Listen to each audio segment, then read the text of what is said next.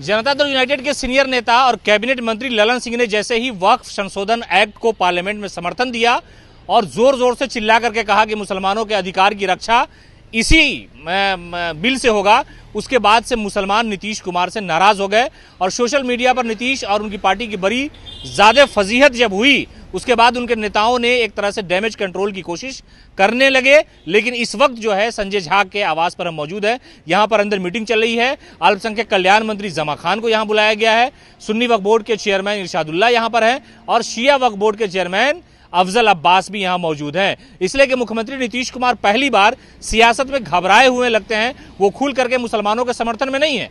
उनके बड़े नेता कहते हैं कि ये जो नरेंद्र मोदी ने वक्फ एक्ट वाला बिल लाया है वो मुसलमानों के वक्फ की जो प्रॉपर्टी है उसको सुरक्षित करने के लिए, भ्रष्टाचार खत्म होगा। लेकिन जहां बिहार में वक्फ बोर्ड पर ही कई सारे भ्रष्टाचार के इल्जाम लगे हैं और यहां तक कि सरकार में बैठे हुए कई लोगों ने वक्फ की प्रॉपर्टी को हड़प ली है और कई सारे मामले ट्रिब्यूनल में और कई सारे मामले हाईकोर्ट में लंबित हैं। लेकिन उसके बावजूद मुख्यमंत्री नीतीश कुमार की जैसे ही वक्फ वाले मामले पर फजीहत हुई उसके बाद उनके नेता ये कहने लगे कि नहीं, आप मुझे दुश्मन न समझे, मैं आपका दोस्त हूं। जबकि आरजेडी ने लगातार इस पूरे मामले पर हंगामा करना शुरू किया और कहा कि नीतीश कुमार का जो दोहरा चरित्र है सियासत में मुसलमानों के प्रति वो खुल करके सामने आ गया है। लेकिन उसके बाद जेडीयू के नेताओं ने यह कहना शुरू कर दिया कि हम मुख्यमंत्री के पास गए थे मिलने के लिए। फिर लोगों ने सवाल उठाया कि भाई बिल जब पेश हुआ 2 बजे पार्लियामेंट में, 4 बजे जेपीसी यानी ज्वाइंट पार्लियामेंट्री कमेटी के पास चला गया, 6 बजे 7 बजे जमा खान और इरशादुल्लाह और अफजल अब्बास मुख्यमंत्री के आवास जाते हैं, तो कैसे आपने बिल को जेपीसी में भेज दिया? ये सारा मामला जो हंगामा खड़ा हुआ और जो पढ़े लिखे युवा हैं खासतौर से मुसलमान, उन्होंने ये कहना शुरू कर दिया कि मुख्यमंत्री नीतीश कुमार और उनकी पार्टी सीए हो, एनआरसी हो, 370 हो, तलाक वाला मामला हो या ये कि वक्फ एक्ट हो, सब में भारतीय जनता पार्टी के साथ खड़ी रही है।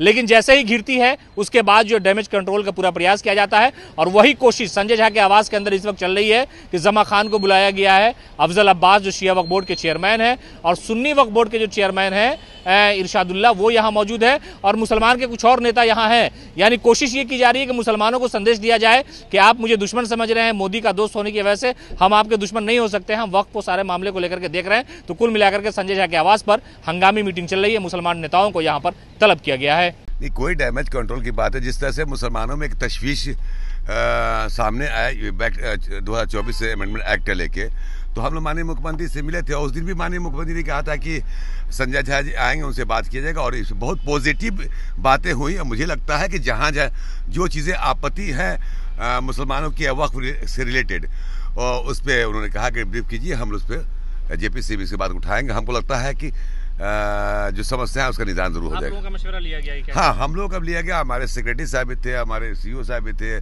सुन्नी वक्फ बोर्ड के चेयरमैन भी थे और जमा साहब माननीय मंत्री अल्पसंख्यक कल्याण मंत्री तो मौजूद थे ही। इसलिए मिला जुला के मैं नटसेल में कह सकता हूँ कि बड़ा पॉजिटिव ये था और पॉजिटिव सोच भी है। इंशाल्लाह हमको लगता है कि इसमें जो त्रुटियाँ हैं उसको दूर कर दी जाएगी।